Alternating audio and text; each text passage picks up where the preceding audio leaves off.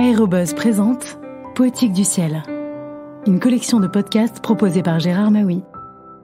Bonjour. À plusieurs reprises, dans À la recherche du temps perdu, des aéroplanes viennent survoler le roman, exerçant sur le narrateur la plus grande fascination.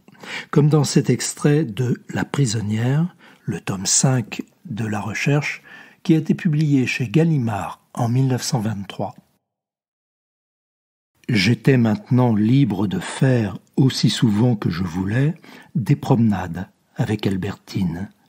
Comme il n'avait pas tardé à s'établir autour de Paris des hangars d'aviation, qui sont pour les aéroplanes ce que les ports sont pour les vaisseaux, et que depuis le jour où, près de la Raspelière, la rencontre quasi mythologique d'un aviateur dont le vol avait fait se cabrer mon cheval avait été pour moi comme une image de la liberté, j'aimais souvent qu'à la fin de la journée, le but de nos sorties, agréable d'ailleurs à Albertine, passionnée pour tous les sports, fût un de ces aérodromes.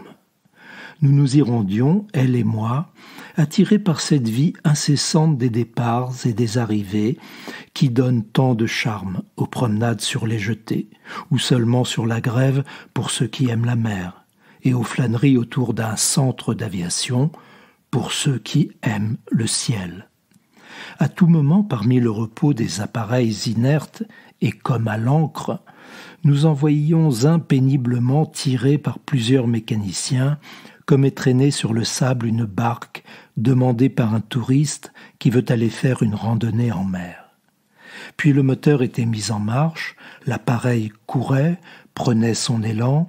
Enfin, tout à coup, à angle droit, il s'élevait lentement, dans l'extase raidie, comme immobilisé, d'une vitesse horizontale soudain transformée en majestueuse et verticale ascension. Albertine ne pouvait contenir sa joie, et elle demandait des explications au mécanicien, qui, maintenant que l'appareil était à flot, rentrait. Le passager, cependant, ne tardait pas à franchir des kilomètres.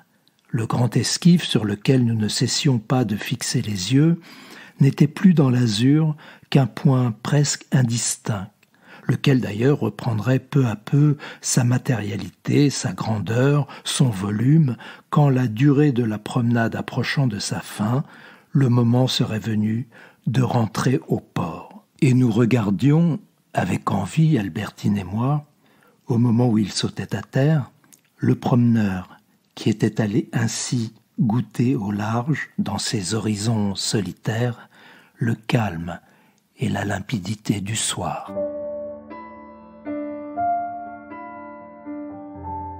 À bientôt pour de prochaines lectures.